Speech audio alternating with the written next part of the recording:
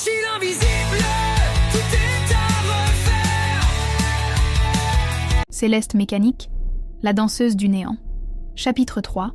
Les cartes fractales. Suite. La réponse ne vint pas tout de suite. Au lieu de cela, la carte sembla réagir. Une énergie vive se dégageant de sa surface, comme une vague d'énergie pure qui pénétra dans son esprit.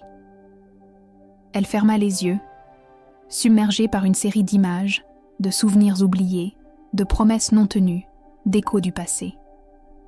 Elle se revit dans une autre vie, un autre monde, assise au bord de l'eau, contemplant l'horizon, comme si elle attendait quelqu'un ou quelque chose. Tu as toujours cherché à fuir ce moment. La voix résonnait dans sa tête, mais elle ne savait pas d'où elle venait. Peut-être de la carte, peut-être de l'intérieur d'elle-même. Elle se rappela l'ombre du passé, celle qu'elle avait laissée derrière elle lorsqu'elle avait quitté son ancienne vie, ce monde où les horloges ne se taisaient jamais. Et dans ce monde silencieux, elle avait appris à vivre en décalage, à fuir les vérités cachées dans les profondeurs de son âme. Il n'y a pas d'échappatoire, Nira. La voix s'intensifia. Ce que tu cherches, c'est ici. C'est maintenant. Un frisson parcourut sa colonne vertébrale. Elle savait que ce moment était crucial. Ce n'était pas simplement une quête de vérité ou de rédemption, mais une confrontation avec elle-même. Elle devait accepter les parts d'elle-même qu'elle avait ignorées, celles qu'elle avait oubliées ou repoussées dans les coins sombres de sa mémoire. Les cartes autour d'elle commencèrent à tourner de plus en plus vite, se tordant dans des mouvements presque hypnotiques. Elles formaient une spirale qui montait dans l'air, aspirant la lumière et l'énergie qui les entourait. Nira ferma les yeux, s'abandonnant à la danse des cartes, sentant la force de leurs mouvements se mêler à son propre souffle.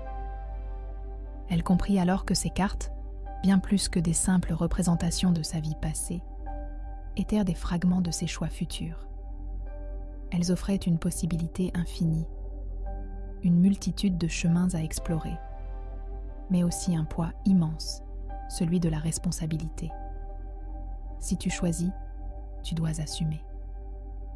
La voix murmura, plus douce maintenant, comme une caresse. Nira prit une profonde inspiration et ouvrit les yeux. Le paysage sur la carte s'élargit, se transformant en un champ infini d'horizons multiples. Chacun des chemins qui se dessinaient devant elle semblait mener à une version différente d'elle-même, à une vie qu'elle pourrait choisir ou abandonner. Mais à chaque nouvelle direction, la vérité la frôlait, une vérité qu'elle devait confronter. Elle s'avança, touchant la surface d'un chemin.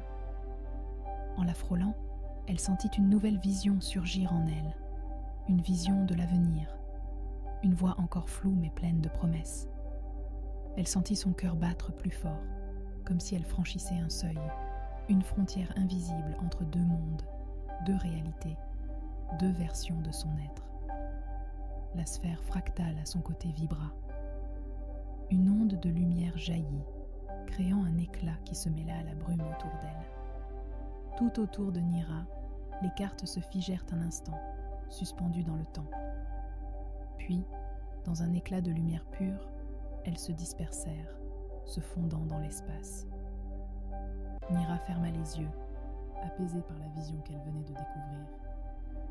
Une voie nouvelle s'ouvrait devant elle, un chemin qu'elle était prête à emprunter. Elle était prête à embrasser la vérité qui l'attendait, à accepter la puissance de ses choix et à révéler enfin le potentiel caché dans chaque rouage de son existence.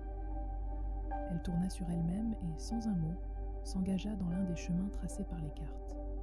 Le monde autour d'elle se déployait et elle avançait, confiante, vers l'inconnu, vers un avenir façonné par ses mains.